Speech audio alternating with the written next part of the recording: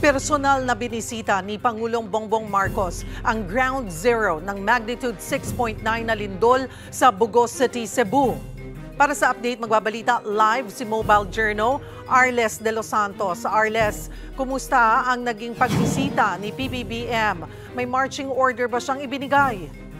Cheryl, nandito nga tayo ngayon sa Bogo City sa Cebu kung saan nga ngayon ay nakasailalim na ito sa state of calamity ang lahat ng mga lahat ng nasasakupan dito at kanina nga naging mabilis lamang ang pagbisita dito ni Pangulong Ferdinand Marcos Jr. dito sa isa sa mga simbahan dito, pero may mga ibang mga lugar pa na kanyang personal na inspeksyon kung saan nga ay nakipag-usap din siya sa ilan sa ating mga kababayan at sinabi at ipinangako ang mabilis na pagtugon ng pamahalaan para nga mapaabot agad ang mga tulong nito, lalo pa ang mga relief goods. Ang ilan kasi sa mga kababayan natin dito ay nagugutom na, Cheryl. At ang linya ng kuryente ay wala.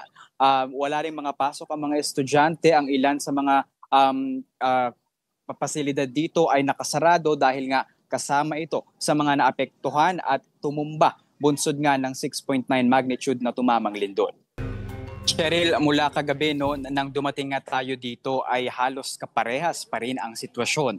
Marami pa rin sa mga bahay ng mga residente dito ang wala pa rin kuryente. Ang mga residente nananatili pa rin sa labas ng kanilang mga tahanan dahil sa pangamba na baka raw ito ay gumuho at sila ay makulong sa loob nito at syempre mapahamak pa. Bukod pa dyan, Cheryl, ang kanilang panawagan nga ay yung pagdating na ng mga relief goods na kasama sa mga ipinangako kanina ni Pangulong Ferdinand Marcos Jr. sa kanyang pag-iinspeksyon sa ilang mga lugar at mga establishmento at mga komunidad na kasama nga sa mga pinaka-apektado nitong magnitude 6.9 na lindol. Bukod pa dyan, Cheryl, ang mode of transportation din dito ay hindi ganoon kabilis dahil may ilang mga kalsada na talagang nakataas, talagang parang inuka, parang tinungkab. Kaya mahirap daanan para sa ilang mga mas maliliit na mga sasakyan.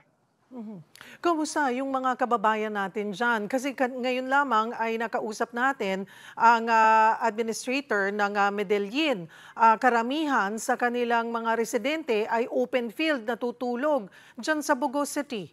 Kamusta? Cheryl, hindi lamang sa open field na tutulog, pati sa mga maliliit na chapel. Talagang pinipili na rin ang mga kababayan natin dito na manatili. Dahil may ilan dito sa ating mga kababayan, kanina sa pag-akyat natin dito sa kung nasaan tayo ngayon, may mga bahay na talagang gumuho na para bang kinain ng lupa at may mga kalsada dito na talagang halos nahahati na sa gitna. Kaya naman hindi na rin talaga ligtas ito para sa kanila. Kaya ang kanilang mga diskarte, katulad yan sa mga chapel o yung mga extra na mga tarpaulin o mga tent na kanilang maaaring gamitin ay talagang kanila lang sinusulit at itinatayo kung saan nga maaari dahil ayon sa kanila mas pipiliin nila na mabilad sa araw at manatili nga sa ganitong sitwasyon kaysa malibing ng buhay sa loob ng kanilang mga tahanan. Kahapon, nang makausap natin si Governor Baricuatro, ay problema or challenge daw yung pagkain ng mga taga Bugos City. Ngayon ba ay nakakapagluto na, nakakakain na sila ng maayos?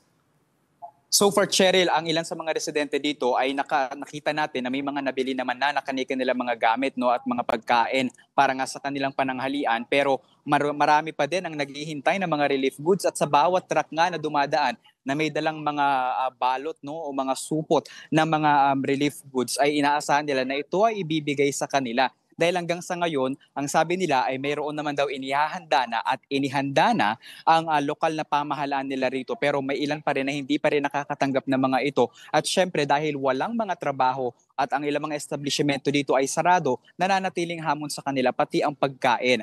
Yun pa, bukod dyan, Cheryl, wala rin kasing kuryente dito. Kaya naman yung mga kababayan natin, personal na kanilang ipinanawagan kay Pangulong Ferdinand Marcos Jr. na maglagay din ng mga charging station para raw sila ay makipag-contact o makausap ang kanilang mga kamag-anak na nasa malalayong mga lugar at bukod nga dyan ay makakuha ng mga pinakabagong balita. At nang narinig nga nila na nasa 72 na yung mga casualty dito sa buong probinsya ng Cebu, sa paggulong ng search and retrieval operation ay kahit sila ay nagugulat at sana daw ay hindi na magkaroon nga ng malawakan at malakas na paglindol pa.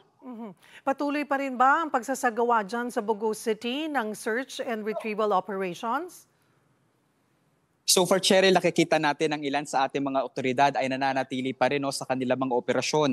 Mayroong mga pulis sa kanilang mga hanay para sa kaligtasan at may ilan naman na mga iba pang uniform personnel na patuloy na sinisilip at tinitignan yung mga komunidad, higit lalo yung mga bahay, no, na kung saan natumba yung mga dingding, no, at dahil dito nga nakita natin yung mga nasawi sa ilang mga pagkakataon. At kahit nga, no, mula kagabi hanggang ngayon, halos walang pagbabago sa itsura ng mga establishmento dito. Kung makikita ninyo sa simbahan, no, sa lugar kung nasaan tayo ngayon, ay makikita yung ilan sa mga debris ng lindol na nangyari noong Tuesday. At ngayon, ganito pa rin ang sitwasyon. Ang mga madre dito nagmimisa sa labas na lamang ng simbahan at yung santo nila ay inilagay na lamang ang pansamantalang retablo nito sa labas, kung saan nga doon mismo lumuluhod ang mga kababayan natin. At may iba pang problema dyan, Cheryl, dahil nakakita din tayo ng kababayan natin dito na nangangamba kung saan nga ba niya pamimisahan